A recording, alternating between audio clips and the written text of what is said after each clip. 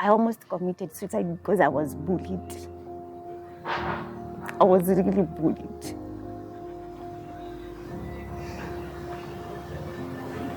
I've gone through a lot. Through shit, as in ile mpaka inafika mahali una give up na life. Yet it's my sweat. Yoyote yenye niliwakia. This was my son. This was my money. But mpaka DCI, using DCI, these are elderly people who stole from me. And they were using DCI to frustrate me. I denied myself everything, even sanitary pads, to raise the money. Naangalia food yenye mtoto wangu anakula, nasema naweza iweka kitu tukose kuamka kesho yake. We just sleep na watu watukose tu hivyo. Kuna time I couldn't. Nilikuwa nakunywa piriton ngapi so that I can sleep and sleep and sleep. I don't want to think about it.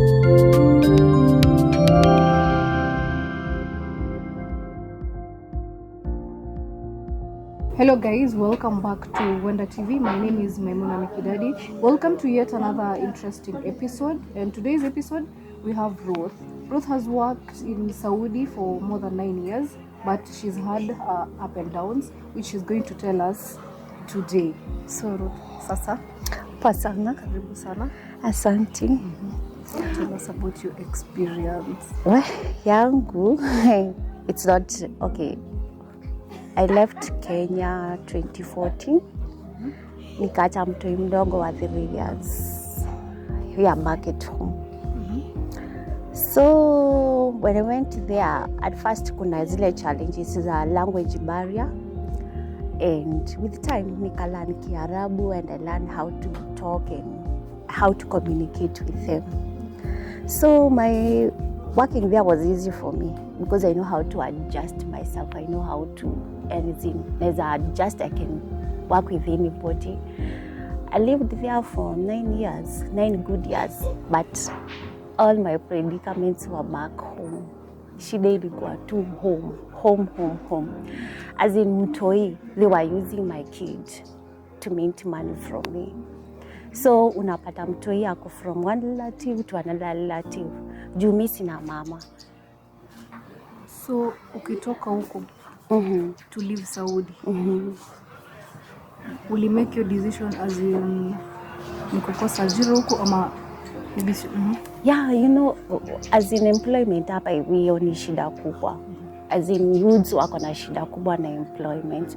So uko na mtoto, you're a single mother, lazima you go hustle for the kid.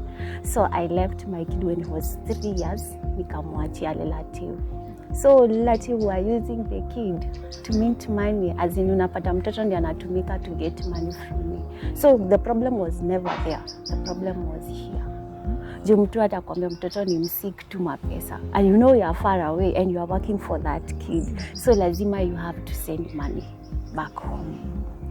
So that was my biggest challenge. Uko mimi sikupata shida. I worked for different families, but there was no a single day mtu aliyeva raise at me ama kunichapa ama nini ama kunitreat vibaya. Nobody or no one. So nyumba yenye ulienda kwanza ukiwa Saudi, si yenye ulimalizia for the Yes. I worked for different families. I even worked for the royals. And I never had any problem or any issue. Yangu yote ilikuwa shida was from here. Not back there.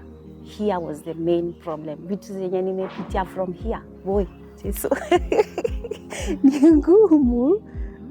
Yani I've gone through a lot. And that was the toughest. Yani the toughest thing was ukuwa mtoto, you are hauna emotional balance, umeelewa? So everything that is small, ukiambiwa about mtoto triggers you. So and unapata most of the people there, they suffer juu ya ukiambiwa about here, about mtoto here, you will unapata inaku affect wewe mwenyewe. So unapata at times unashindwa hata na hiyo job, unashindwa kuwork. Na ukishindwa kuwork, that is when you will have starting problems with your boss.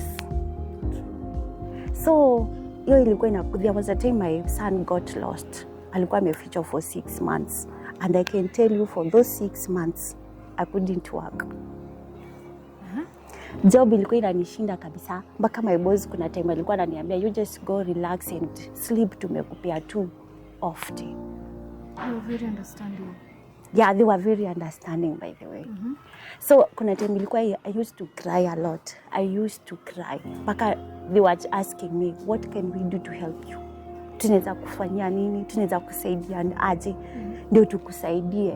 Because I used to cry mpaka saa zingine job inanishinda. And they were understanding. At that time this time I was being frustrated by my own father. Nilikuwa nataka kumjengea. So my dad sold everything. Materials zenye zote nilikuwa nimenini, he sold them. So ikafika mahali I am down. I am not myself. So, and you know there you don't meet people, as in you don't meet people to talk one on one. So ni ile ni wewe una shida zako.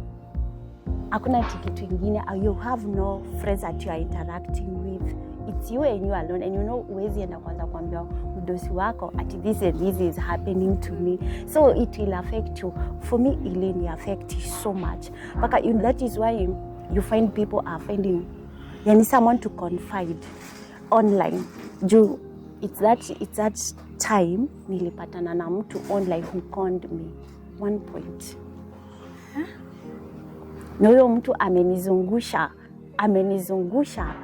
hadi kuna time I was waiting to be arrested na ni juu ya pesa yangu. He was frustrating me hadi until now. So how did you pick on you? We met online. At that time I was down kabisa. Nilikuwa down kabisa. As in sina mtu, because huyu umeenda kwa huyu, amekufrustrate, umeenda kwa another. And you know you are changing your son to one relative to another.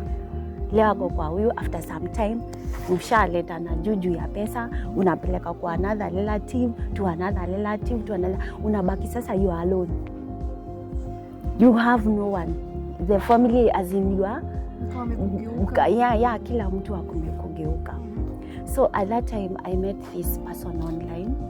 Tukaanza kucommunicate, nikamwelezea what I was going through, and he was like, he's an elderly person, si mtu young. Akaniambia I can help you, ndio mtoto wako asipate shida. And you stop. At that time ni ile mzaya ameuza kila kitu yenye umenunua ya kujenga, materials zote umenunua za kumjengea, na ameuza akakunywa ndogo. So I was nasina sasa mtu mwingine wa family member I can turn to. Juu wote tusha vurugana juu ya mtu hii, they wanted to use mtoto. So by then alikuwa na my cousin. Mtu yeye alikuwa na my cousin. So this person I introduced the person to my cousin. Akaniambia naweza niangalilia mtoto in case everything happen, anaweza niambia about mtoto, and everything went well. Na nikaona kabisa to win my trust. Kumbe it was something that was planned. So wakaanza kuniambia, you should stop focusing on your family, you should focus on yourself.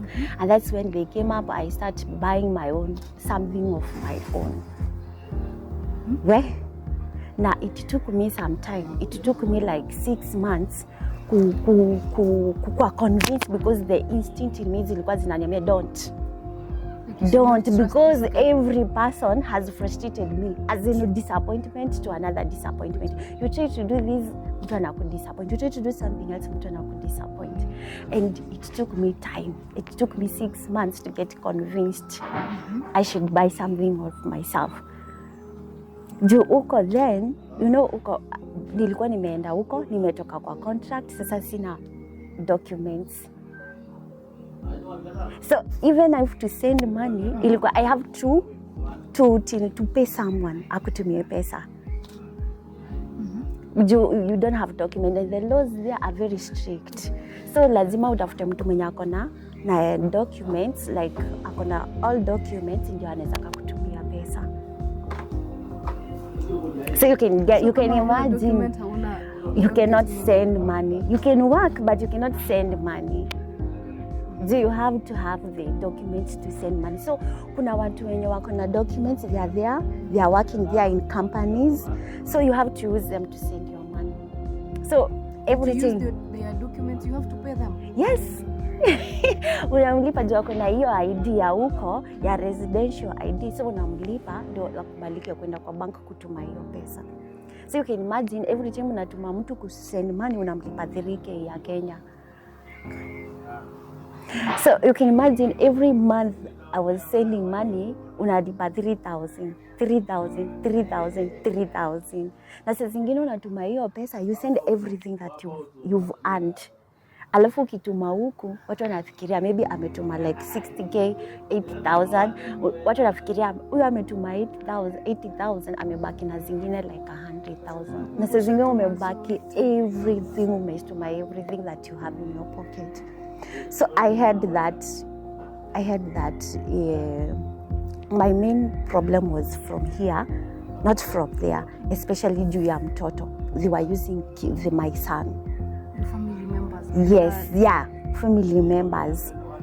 So unaona kuna hiyo, mpaka there was a time they were calling my son ATM.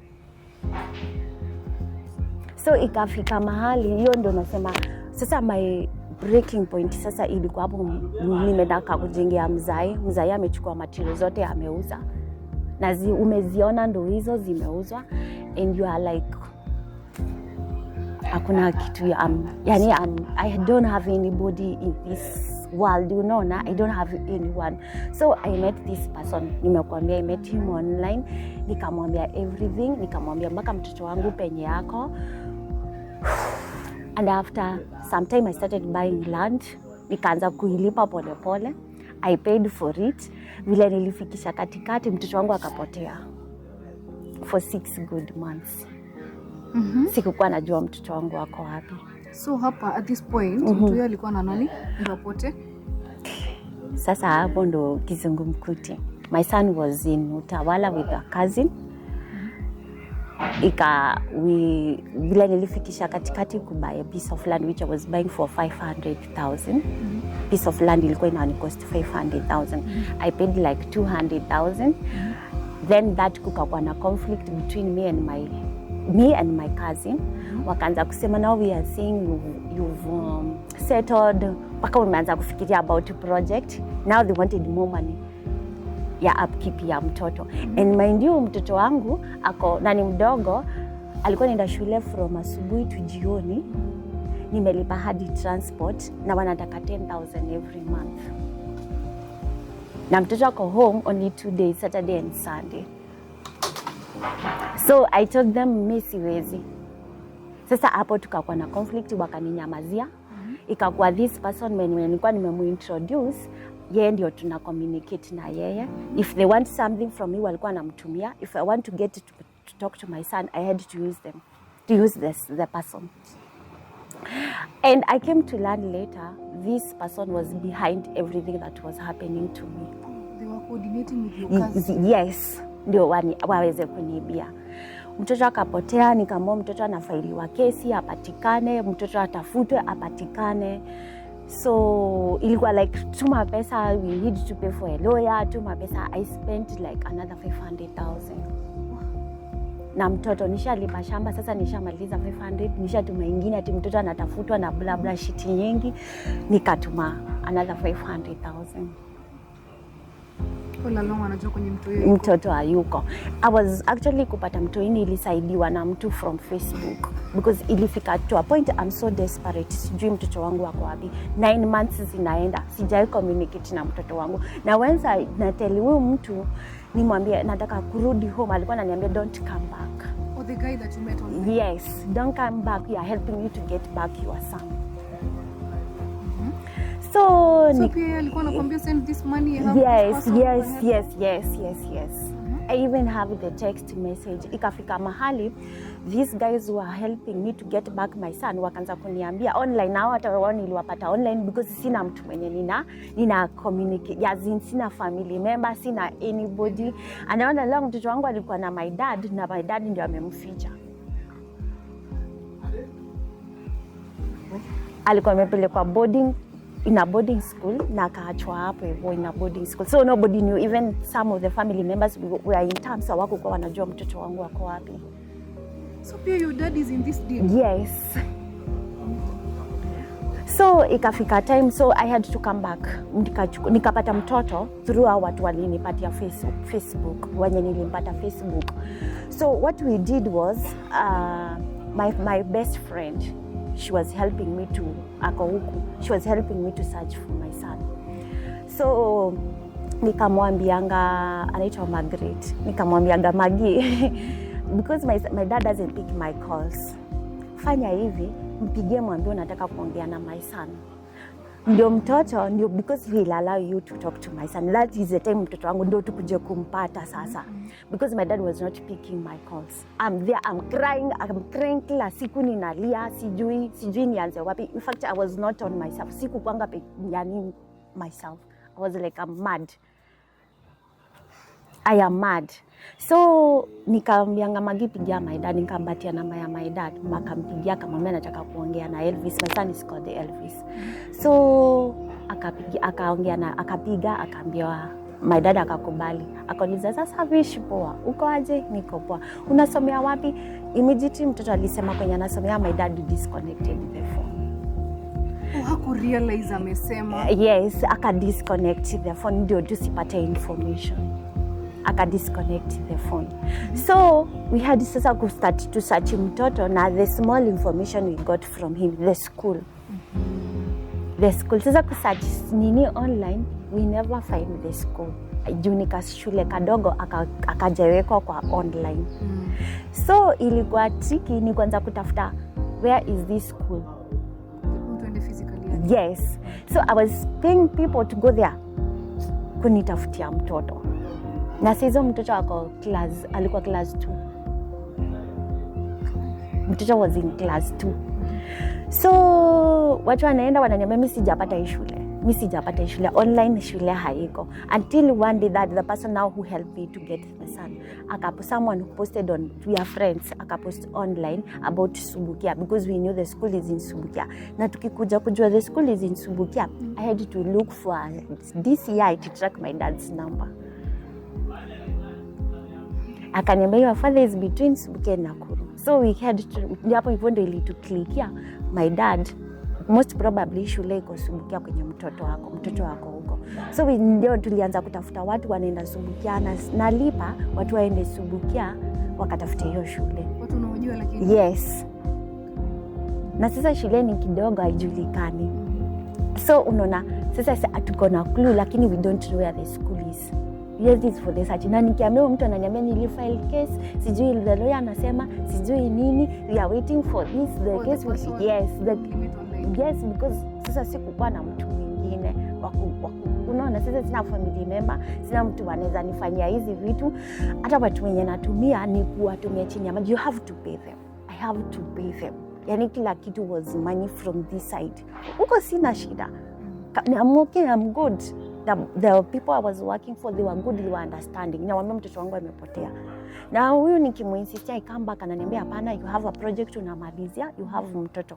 So maliza, na ukirudi pesa yako itafanya nini? Itapotea hii ya project ya kubuy land. So unaona niko in between, I'm torn between my son and I'm torn between the project. Na lazima I finish the project nisipoteze pesa. So hapo hivyo nikamaliza project, ikakuwa sijui nini, mtoto bado sijampata. So the guy after nakapost online about Subukia, you've grown in Subukia, nikamuinbox, alikuwa anaitwa Kim, ako tu bado ya still friends. Akanaitwa Kim, nikamuinbox, nikamwambia sasa fit, I've seen you posted about Subukia. Akaniambia yes, I live here, I know. Nikamwambia do you know this school? Akaniambia yes, I know it, iko behind here. Even the headmaster is my friend. So I told him the story, nikamwambia I've been looking for that school because nataka kuijua, and my son got lost like 7 months ago. Can you show me the school? Akaniambia I'll go there right away. Hata headmaster ametoka hapa hivi. And for like almost 9 months nikaongea na mtoto wangu, sijui kwenye alikuwa, nikaongea. He was like, they were doubting me, mtoto sio wangu. Because Mtoto wangu aliniona akasema mom kwa simu, because he called me through video call. Vile alienda kwa shule, the shule was behind his shop, so it was like a walking distance kidogo. Huyo sasa wewe mwenye tulimit na online alikuwa amemi another person. Alienda akaniambia alipost about Subukia. So we knew the school is around Subukia, but we don't know where. So when I inboxed him, nikamuuliza, do you know about this school? Akaniambia, yeah, it's behind here. Na nikamwelezea the whole story so that he could understand me. Akaenda hapo nyuma, akaniambia, in fact, even the headmaster was here and he's my friend. That's how I got to speak to my son after almost 9 months. Okay, how did you feel? Mimi nililia. I couldn't believe ati naongea na mtoto wangu ame lost. Sikukuwa najua his whereabouts. My dad was not picking my calls. Nobody knew where the school is. Mtoto was like dumped there by my dad. So nikaongea na mtoto wangu and he was so excited. Tuliongea on video call. They got convinced mtoto ni wangu because vile nilipigwa na video call, alikuwa kitu ya kwanza alisema mom. It was like ushaona ni kama mtu ako pale physically lakini ako mbali. You've not talked to this person in a long time. So it was so emotional kupata mtoto after those months. And ikafika mahali sasa I was to prepare, nikaanza kuprepare kutoa mtoto from that school to another school which I knew the school is security ya mtoto and everything was okay. So nikamtoa all the way from Subukia to Kiruguya boarding in almost huko Kiruguya. Nikampeleka huko Kiruguya boarding, akakuwa admitted, lakini it was a process kumtoa huko because we did not want to involve my dad. So at this point umepata mtoi, your dad hajui nimeshampata. Hata kivideo call yeye hajui hapo. Hakukuwa anajua because this person tumepatana na yeye online, another person tumepatana na yeye online. So hapa hivi ilikuwa tuongee na to sweet talk the head teacher as leak information, tumeshajua mtoto wako wapi. So the head teacher, we had to tell him you know you admitted the boy without the documents because mtoto aliadmitiwa shule without the birth certificate and all this and all that. Yeah, alipelekwa tu mtoto na akamuadmit shule. So we told him because you admitted unajua unaweza wekwa ndani na kidnapping. Juu mtoto amekuwa lost for some time. Mimi as a parent sikukuwa najua mtoto penye yako. So unaona sasa the head teacher ka play along na sisi, but we are also afraid as leak information to my dad. So tukamwambia mtoto atakujua midterm for mid break. But we knew he won't go back in that school. I had prepared another school already. So penye tulikuja ku break up na huyo, as in not true, break up, kuacha communication na huyu mwenye tulikuwa tumemeet, huyu mwingine anaitwa Chris. Ni hapa kwenye after tumepata mtoto, he started finding, yani hata huyu mwenye Kim, huyu mwingine mwenye alinisaidia kupata mtoto, alikuwa ananiambia because it was a process kutoa mtoto pale hivi. Alikuwa ananiambia this guy is the one who is eating you. Yes. Huyo ndo anakukula. Na because alikuwa ameanza kuambia Kim, don't communicate with Ruth. As in any information inapitia kwake ndio aniambie. Sasa Chris ndo anaambia Kim? Yes. Ndio ikifika kwangu ikuwe twisted. Ndio niweze, they were looking for ways to mint money from me. Unaelewa? So alikuwa anaanza kuambia Kim, don't inform Ruth about mtoto wake hata kidogo. Ni watu walikuwa wanajuana ama? Hapana. Hawakuwa wanajuana. This Chris was behind everything. So unajua sasa sikukuwa na mtu na nilikuwa nimesha already mtrust, umeelewa? So everything nilikuwa namwambia nikifikiria ananisaidia. But watu walikuwa najua he's the one eating me. Yes, so of everything that was happening to me. So nikapata mtoto na akachukua mtoto. By the way, he's the one who went for the kid, this Chris, na akanipelekea mtoto in Kiruguya boarding. Sasa pale hivi ndo tulikuja kugundua vile mtoto aliadmitiwa pale hivi. Now the character came out of this Chris man. Ndio ili come out. ikaonyeshana kabisa he was the one behind it, because sasa akakosa means. Nimeshalipa ile project, nimeshamaliza, mtoto amepatikana, nimetoa another 500,000. Sasa anatafuta means za akaanza kuniambia, kunithreat ati vile atatoa mtoto from school wamperudishe kwenye alikuwa. So we had nikikwambia vitu nimepitia. Sasa ilikuwa kublock himself from the school, the new school the kid was. Na mind you, Subukia school sasa he's from Subukia, tumempeleka Kirugoya boarding school. Sasa ni ana try ati amtoe Kirugoya amrudishe huko juu. Sasa he has no way of meeting money from me. So mtoto I had to find way. Nikakall Kirugoya boarding, which they've held me until last year when mtoto amemaliza grade 6. They held the boy like their own. Sijui hata niseme nini. The Kirugoya boarding school wamenishikilia kabisa. So I had to call the school, nikawaambia about everything that was happening. Wakaniambia how I will change the guardianship. They'll help me officially to change the guardianship. Sasa huyu Chris akaanza kupigia shule akiwaambia vile atakujia mtoto. Hata aniondole, yani afiche tena mtoto. It was drama. And he started threatening me. So acha nikakwambia, mtoto akafungiwa, we locked the school, nobody can go there, nobody can see my son. So mtoto alihave kukaa shule. Sometimes unakosa hata mtu wako kuchukulia shule, anakaa shule uko nani.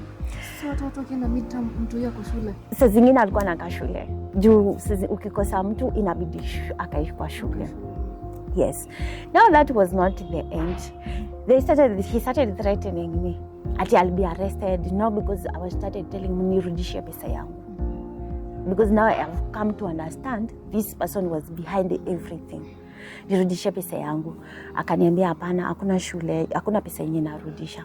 The case is still hata saa hizi, as we speak, kuna hiyo kesi ya hiyo property. Hadi saa hizi. Now I can tell you for sure what I've gone through. I would not wish even my worst enemy to go through what I've gone through. Uko sikukuwa na shida. At all with nobody or anyone. Sikukuwa na shida. I was working, nikaishi hata kwa mtu 6 good years. Sikukuwa naenda huko nje. Yani they took me like niko kwa contract. I worked for them. We even communicate hardly now. I came back, now we are dealing with this Chris. Nikakwambia vitu nimepitia since I came back last year. You won't believe it. Nilikuja, he had threatened me. So nilikuja chini ya maji. Hakuna mtu niliambia. Nikakam, nikasettle, nikachukua mtoto wangu, nikatafuta kahao. Walikuwa watajua after a month I am here. The first thing I came, I went to the police because he was harassing me. Ushaisikia mtu anakuharass, real harassment. This Christopher was harassing me. Na tuko hadi kesi iko DCI even till now about the money, everything that he owed me. So the land that you bought, it has had issues and issues and issues. Mind you, unajua hizi vitu zili happen lini? Between 2017 and 2018. And until now ya 2023, bado niko na kesi DCI.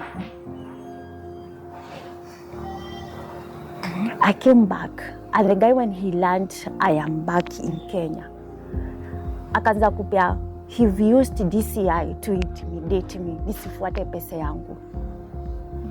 He used DCI to intimidate me. I've gone through hell since last year to up to now.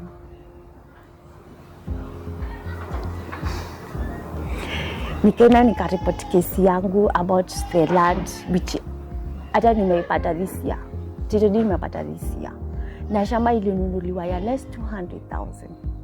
Na penye iko, it's in the wilderness. Kajiado huko ndani kabisa Rodoriak. Place you go unapitana na zebra. Na he done everything to frustrate me using DCI. Anapeana namba zangu, napigiwa na officers from DCI. Wakijaribu kuni-intimidate. We did my story last year online with another lady who does stories online. I don't want to mention her name. Na hadi bibi yake akaingililia, hadi bibi ya huyu Chris akaingililia, akasema sijui nini, I signed some documents na wakatoa. Na ikakuwa story yangu, my story turned to be ati ndio inatumika ku educate other people. Ikakuwa mimi ndio ita story kataniwa. I almost committed suicide because I was bullied.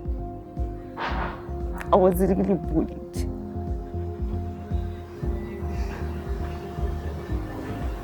I've gone through a lot.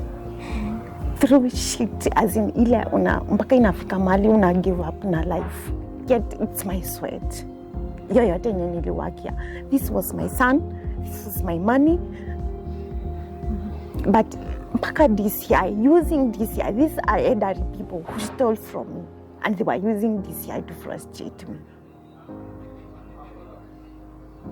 DCI wanachukua simu zangu zote. DCI headquarter. The wife ati ameenda amereport, anasema ati I'm harassing them. Yes. Yani wao wameniibia. DCI wakachukua simu zangu January, February, March, nimezipata April. Kuzi follow up every day. I can tell you for sure, nilikuwa naenda DCI every day. Mpaka ninakani kama everybody knows me there.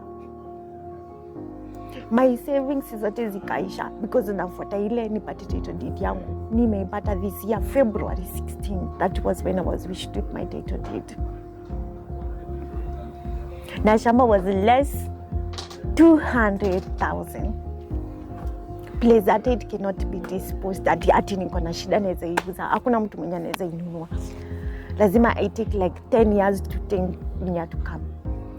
The company that sold the land, its username, why they had to come in.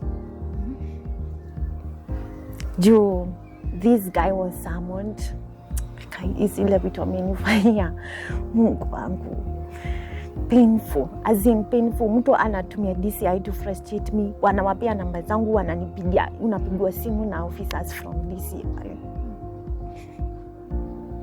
Kuna time hata we couldn't, as in ilikuwa stress. Yani mpaka watu wananiambia ati nisi walk juu because umesha kuwa installed fear. Ameku installed ya fear. Hata siwezi tembea because I don't know what will happen to me. Because I don't know who will come to me, who will come. Paka kuna time a officer from DCI Matungulu wananipigia ati niende Matungulu. And I consulted a friend. Akaniambia don't go there. You might go there ukose kurudi. But you live within Nairobi. Ambia officer wenye wanakupigia kama ni any police station, let you meet you in any police station within Nairobi, but not outside Nairobi. Yes, people you had trusted watakusaidia ukaamini wanaweza kusaidia. Yes, the story turned out. My friend akaniambia Matungulu ni kwa vichaka. Na if you happen to go road, you will never come back alive. You don't know what this person has planned for you. Unasikia wameenda wamenipangia hadi wananiwekelea kesi DCI, wameripota I'm harassing them. Simu zangu zinachukuliwa. Just because I'm following up what is mine. Anani frustrate na ni mtu mzee, older than my father. That is how I trusted him. Because I knew this person and his age, azinifanyia vitu zingine. He was threatening, telling me he has been in military, sijui nini. Nimeenda hadi DOD Hurlingham. Kwa data, angaliwe kwa data ya military. Wakaniambia, even if he was in military, alitoka kitambo sana. So I deal with him like, nisiogope. Unaona amejaribu kunifrustrate, kuintimidate, all tactics zenye anajua to frustrate me nisifikie pesa yangu. Nisifikie what is rightfully mine. So nikaenda hadi kwa data nikaenda DOD military headquarter. Nikaenda nikawaelezea the story, nikawaambia this person has been even telling me he's in military. Hakuna mahali naweza mfanyia na hakuna kitu naweza mpeleka. Hakuna mahali nitampeleka. He was telling me I'm waiting to be arrested, ananitumia summon. Yani hakuna kitu sijaiambiwa. Paka ananiandikia messages akiniambia my phones will be deactivated, hazitatumika, sijui nini. Ushaiona mtu anakufrustrate na yani shida sio huko. Shida ni pesa yako you've worked for. So when I went to DOD wakaniambia deal with this person like raia juu hayuko kwa data yetu. Na kama alikuwa kwa military alishatoka kitambo. If angekuwa kwa nini yetu tunge deal na yeye yani kulingana na military. But now he is not in our data. He's not, we don't know him. Sasa deal na yeye. So I got courage there. Nikajua sasa si mtu naogopa. Sasa I don't have to fear. Na wakaniambia usiogope. Usiogope. But vitu nimepitia. So ukifikia wapi ndo ukaget your title deed? Title deed was through DCI. We had to kukua ile yani consistency ile unajipia nguvu no matter what, no matter how. So zingine nilikuwa naenda tumesamoniwa kumiti leo na ambao alikuwa huko jana yake. Na unajua naambiwa saa ngapi? Jioni ama saa 9. Time umespend kutoka asubuhi mpaka saa 9 ndio unaambiwa unajua nini alikuwa huko jana. Yani mtu kukuwaste kabisa. Kukuwaste kabisa. I remember even when we were summoned because ilifika mahali I started searching from January mtoto wangu first time kwenda shule. He did not open school. Frustration after frustration. Yani people using ati nenda DCI, naenda headquarter DCI. Ati sasa ameshawaambia ati I'm harassing them because namdai pesa yangu. I should not even ati talk to him or send him message. Na sasa we are going through hell na mtoto wangu. Wananiambia ati I should not talk to him. Nikiwaambia wanitishie pesa wanasema hapana ati kazi ya DCI sikudai madeni. Ofisi ya complaint sasa hakika tu. Ndio nilipata. Hata saa hizi I'm supposed to go there. To go back there juu waliniambia as long as shamba ilinunua doesn't matter shamba ilinunuliwa ya pesa ngapi. But as long as ilinunuliwa it doesn't matter. Niende na wakili achukue faili yangu aipeleke sasa I file a case. Bado faili yangu iko open DCI. And when this guy to me 500,000 akununulia shamba, definitely ulitaka confirm documents zenyange, maybe kupigia picha ama kutumia. Did he send you? Wacha nikwambie, akukua he was so rude. That is the time mtoto alipotea. So my mind was ilikuwa all over. So lost. Hata ndio yote nilikuwa nasema staki mtoto. Yazin staki project, nataka mtoto. Ndio yote nilikuwa nasema I'm torn between project na mtoto. Nilikuwa namwambia wacha niache kazi, nirudi home nikatafute mtoto wangu. And let me tell you, ile time the username came in. Ile time nilikuwa niende nikaonyeshe shamba, that is when the username came in. Juu huyu vile aliitwa akasema yeye haezi nipeleka kuona shamba, labda nitafute surveyor. No, hata nilikuwa nishajua because he started threatening me nikiwa huko. Ikafika time people told me, watu friends wakaniambia stop communicating with this guy.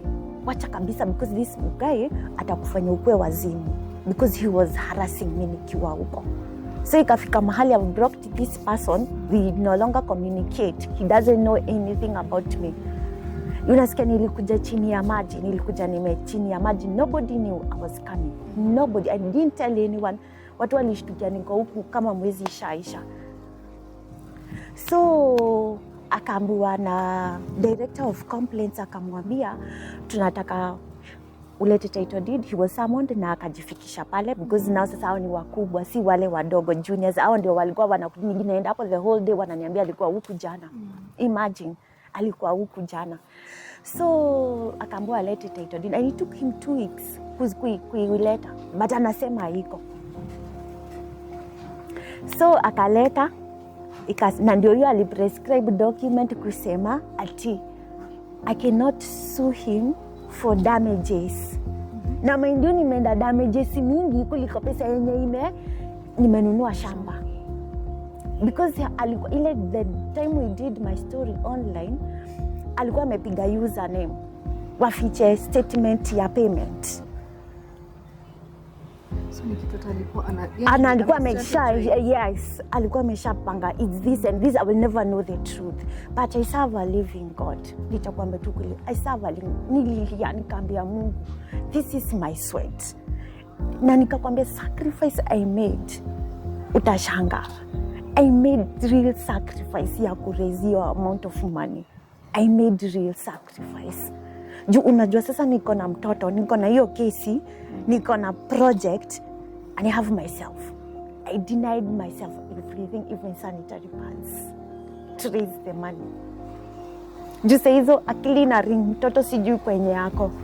Hii ni project. Nataka kumaliza na niko na mtoto natafuta kwenye yako. Na mtoto ni leta pesa, we need to pay the lawyer, we need to this, sijui nini, lazima we go to. Na hiyo yote was uongo. Hiyo yote was uongo kabisa. So when aliamua nipeleke penye hata shamba iko, I think he had no idea kwenye shamba. I don't know, because alisema hizi nipeleka. Nitafute surveyor nipeleke.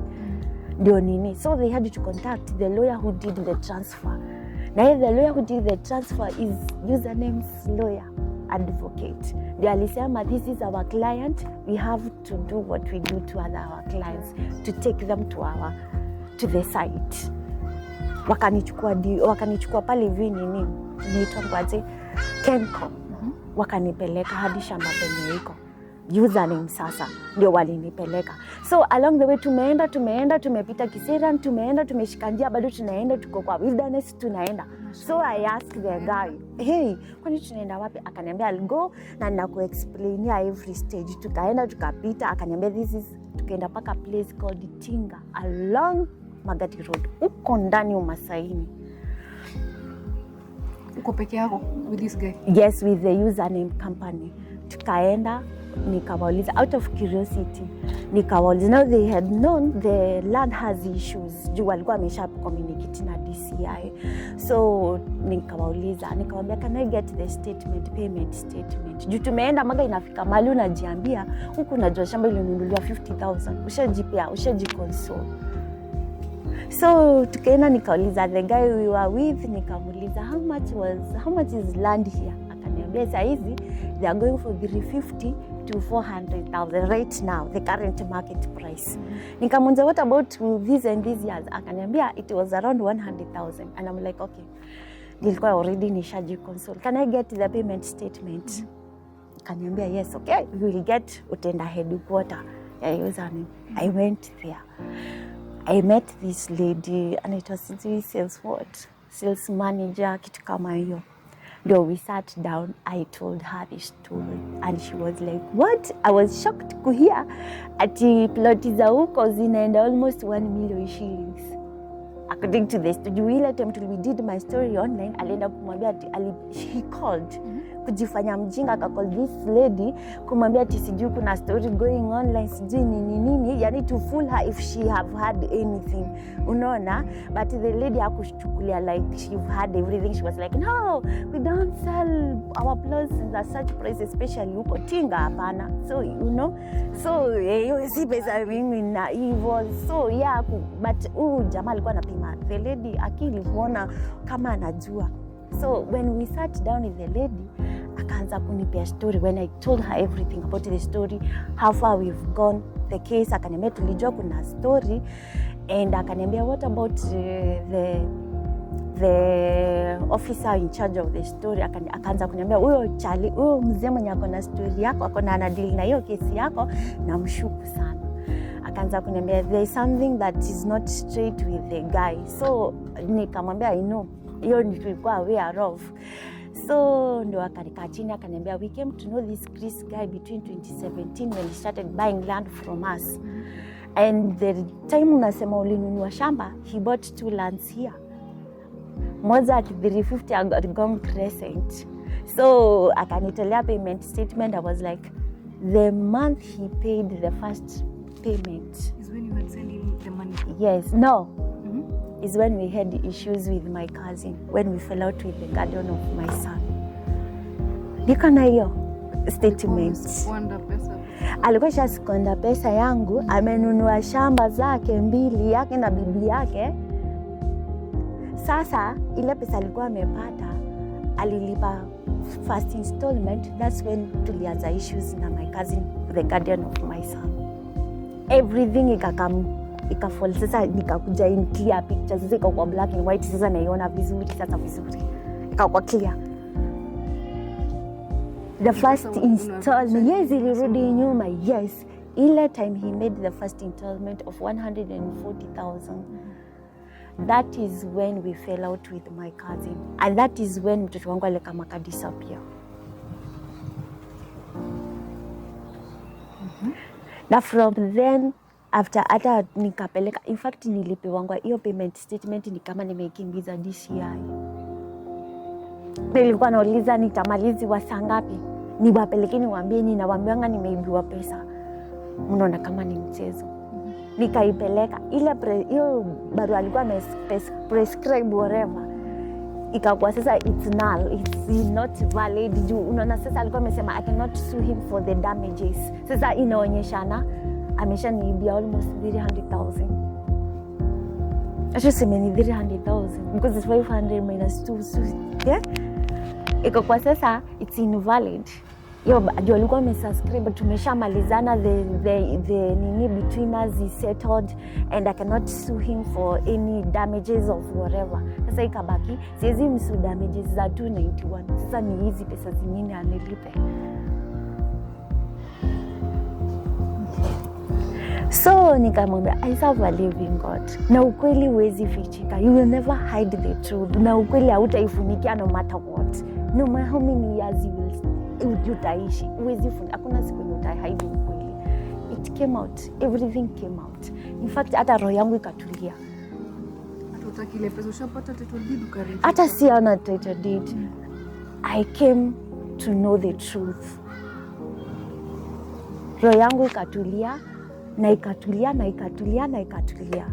Ile kusumbuka akili ile, because you know dise lazima uprove umeibiwa, and lazima you show up umeibiwa. So huwezi enda kusema umeibiwa na una approve umeibiwa. So I was very sure nimeibiwa, and this is the evidence, it's there, it's all over, it's there. Hadi the case they had, sijui hata siwezi kukwambia, nikarudishwa simu zangu. I got back my phones. So after sasa umewapelekea umetoka? Yes, the statement. But you know all this was to frustrate me from kupata ukweli. Nikarudishwa simu zangu. Yani nikapata hata roho yangu is at peace. The lady who did my story online, nikamwenda nikamrudia nikamwambia I told you, na nikakuelezea ukweli. This is the truth. Sijui waliambianaje. I don't know. But nilisema nilishukuru Mungu ukweli kujulikana. He stole from me. Na mind you, hiyo pesa nakwambia nilikuwa nalipa mtu kuituma. So if I sit down and do my calculation, it's 1 point alinibia. Juu the case was saying alikuwa amefile. You cannot file case ya mtoto wa mtu. So alikuwa amefile case wapi? And all this was distracting me about the ways of kuniibia pesa yangu yote. So all along umepata title deed, your dad anajua uko around? Yes, we went tukaongea na yeye, na in fact he apologized. Akasema he's sorry for everything that, because I went to them, mkinifanyia hizi vitu na niko pale peke yangu, who do you expect I'm talking to? Niko peke yangu. I don't have a relative there. I don't have my mother there. I don't have anyone I can run to. So all the emotions najikipia. And that's why you find many girls die there because of depression back home. But akikufia huko, inakuja kusemekanaje huyu mtu aliuliwa. Na maybe hata hakuuliwa na mtu. Ni story ish pressure ya home na story za home. Huyu mtu anaona. Because it had reached that point. Mimi ilikuwa imenifikia that point. Naona the people I can turn to, they have turned against me. I'm all alone. Why am I living? Ilikuwa imenifikia that point nikiwa huko. Na sikusema I'm stressed where I am. I'm very much okay. Niko na relationship mzuri na wenye wameniajiri. We are living, yani tuko tu sawa. Because even my boss used to come and anita, ya Rosa. Naitika nikidhania ananituma. Na nikucheka nacheka nasema ha ha ha ha. Jua nasikia bado tunacheka huko. Yani we are happy there inside. But stress zote zinatoka home. Stress zote juu watu wanafikiria you are making money ama unafanyia pesa huko kama unazichuna juu ya miti. But they don't know uko sometimes you are making sacrifice, afu una emotional balance, you are not emotionally balanced because you are uko na issues za job na uko na issues za mtoto back home, so uko tu hivi, anything small, something small ina trigger a lot, unaona, ina trigger emotions zingine more na stress mingi. I never had issues there with anybody or anyone. In fact, hata nilikuwa siko contract na niliishi nao na nilitoka huko nikikuja home. Nilitoka hapo kwao nikienda airport. I processed my documents nikiwa kwa hiyo familia. Nothing happened to me. For 9 years, nothing happened to me. Mimi siwezi kukwambia I went to a place and someone pointed at me. Hakuna. Nilienda place naona watu wana fight, guns zinakokiwa, zinashutiwa juu. That family of, unajua ile familia inakuanga na maisha na drama mingi. And I lived with them peacefully. Hakuna siku waliniguza. Na wana fight wao wenyewe. Wanatoka hapo nje, wanakoka guns na wanaanza kushuti juu, but they never touched me. Hakuna mtu mwenye aliwahi niguza. Hakuna mtu mwenye alishaini point. Because naenda na I adjust myself na naishi na watu. But ati issues zote back home. Issues zote it's from here. Yani kitu ata uhat kabisa. It's you trust people, alafu people, yani you know that betrayal. Alafu people messing you. Alafu mtu anakuja na all is evil anakuwekelea. Na ni mtu mzee, mtu una expect ati tu pesa tu wako ndio ameangalia juu ati anataka kukuibia. Anakuibia save, anakumess life yako. Without even considering you're a single mother and a young mother. Without even considering ana destroy future ya mtoto wa mtu. That is the most painful thing. Mtu kukudestroy life yako. Na even not to make whatever. Couple, an old couple destroying someone. As if hawana mtoto. Yani wana behave like hawana watoto. So, Ruth, say, how are you mentally and everything? It has been tough. Wacha nikwambie, kuna hiyo time my story was done online.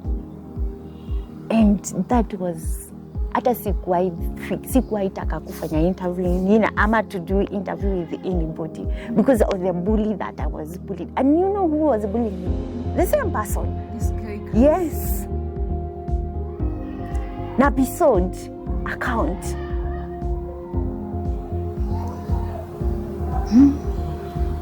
Alikuwa ananibully mpaka ikawekwa mpaka online, nikarudia huyo mama nikamwambia si huyo people bully. Akafanya tena video nyingine kusema watu waache kunibully. I was like, kuna time ilikuwa imefika sikutoka kwa bed like a whole week, nilijilock and I used to naangalia fumbini ya mtoto wangu anakula, nasema naweza iweka kitu tukose kuamka kesho yake, just sleep na watu watukose tu hivyo. Watu watukose as in sleep, naangalia tu mtoto fumbini anakula, nasema I can go buy something, kuja tuweke tukule tulale, we just sleep to sleep peacefully. Kuna time I couldn't, nilikuwa nakunywa piriton ngapi so that I can sleep and sleep and sleep. I don't want to think about it. Imagine sacrifice, all your sacrifice, all your, you know, ukitaka to have something you have to sacrifice. So you know that was my sacrifice yangu ilikuja na, yani sijui siwezi sema, it's like nili someone was sisa sijui nini. And I remember even someone telling me ati wewe umelaaniwa. Hakuna kitu sijasikia. Yani hakuna kitu sijaambiwa na watu since February last year mpaka penye tumefika. Mimi hakuna kitu yenye sijasikia, hakuna kitu sijapitia. Ilikuwa inafika mahali na kunywa piriton nne, four of them, so that I can sleep and sleep. I don't want to think about anything. I just want to sleep. Unafika tu asubuhi unasema yani umekuja unashinda unaanza wapi, unaenda wapi, what are you doing, you just want to sleep. Utaki anything, you just want to sleep. You don't want anything, you want to sleep and sleep. Ikafika mpaka time singejipeleka kwa choo. I don't eat, I just sleep. I don't shower, I don't, yani I'm just there. Niko tu I'm hopeless. Imefika mahali you are hopeless. Una mahali afu tumefungiwa nyumba. Sasa January my phones were taken. Nilikuwa nauza hoods online. Simu zimeenda, my source of income sasa tena kaduka kangu kamefungwa. Ikafika sasa nimefungiwa nyumba, tuko na mtoto. Nikaenda kwa beshte yangu, ndo huyo ametufukuza. Saa 6 mchana tumetupiwa bags nje. Now this was this year. Tumefungiwa nje, tumeenda tena kwa rafiki yetu mwingine na yeye plot yao inagrabiwa. Tumekuja tukiwa huko ndani, tumeng'olewa mlango saa 6 usiku. Lakini right now unasemaje? Mimi vitu nimepitia. Siwezi sema it's better. I'm trying to pick myself up. Things are better. Siwezi sema it's better. But ile now I'm trying to pick myself up. Because unaona kama ni yote to do was issued this year. And na ile time ilikuwa inakuwa issued, sina simu zimeshachukuliwa. Hadi nikatafuta kasimu kingine. Sasa hiyo place tulienda kwa beshte yetu, tunaenda kung'olewa usiku saa 6 usiku mchana, kasimu kakabebwa. So